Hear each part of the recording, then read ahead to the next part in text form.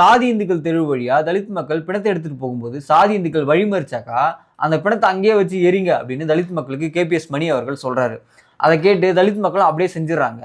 அதற்கப்புறமா சாதி இந்துக்கள் என்ன பண்றாங்கன்னா வேக வேகமா ஓடி வந்து தலித் மக்களுக்கு பிணத்தை எடுத்துட்டு போறதுக்கு வழி விட்டுறாங்க. செத்து போன மாட்டை தூக்குறதுக்கு சாதி இந்துக்கள் வற்புறுத்தினாக்கா அந்த செத்த மாடு இருக்குல்ல, அந்த மாட்டினுடைய ஜோடி மாடை இந்த செத்த மாட்டை தூக்குறவங்களுக்கு கொடுக்கணும் அப்படின்னு சொல்லிட்டு கேபிஎஸ் மணி அவர்கள் சொல்றாரு.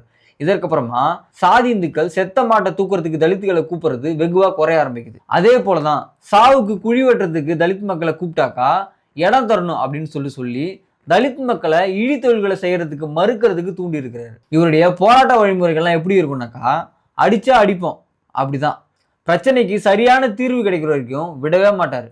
இப்படி சாதி ஒழிப்பு போர்ல இவர் பயன்படுத்தின உத்திகள்லாம் ரொம்ப முக்கியமானது. இவருடைய சட்டமன்ற உரைகள்ல பெரும் பகுதி நிலங்கள் சம்மந்தப்பட்டதாக தான் இருக்கும். குறிப்பா தஞ்சை மாவட்டத்தில் இருக்கிற மடங்கள், அந்த மடங்களுடைய நிலங்கள், அதுல இருந்து வர லாபம், அந்த மடங்கள்ல இருக்கிற வேலைகளை பத்தி பல முறை கேள்வி எழுப்பியிருக்காரு. அதோட அந்த நிலங்களை தலித்துகளுக்கு மட்டும் இல்லாம வன்னியர் உள்ளிட்ட நிலத்துல உழைக்கிற சாதிகள் எல்லாருக்கும் பகிர்ந்து கொடுக்கணும் அப்படின்னு சொல்லியிருக்காரு. கடந்த 10 வருட சலுகையினால தலித் மக்கள் எவ்வளவு முன்னேறி இருக்காங்க அப்படின்னாக்கா, ஒரு குழந்தை பால் குடிக்கிற நிலையில இருந்து கரைச்ச கஞ்சியை குடிக்கிற நிலைக்கு தான் மாறி இருக்காங்களே தவிர அசைவ பொருட்களை வாங்கி சாப்பிட்ற அளவு கூட இன்னும் அவங்க வளரல.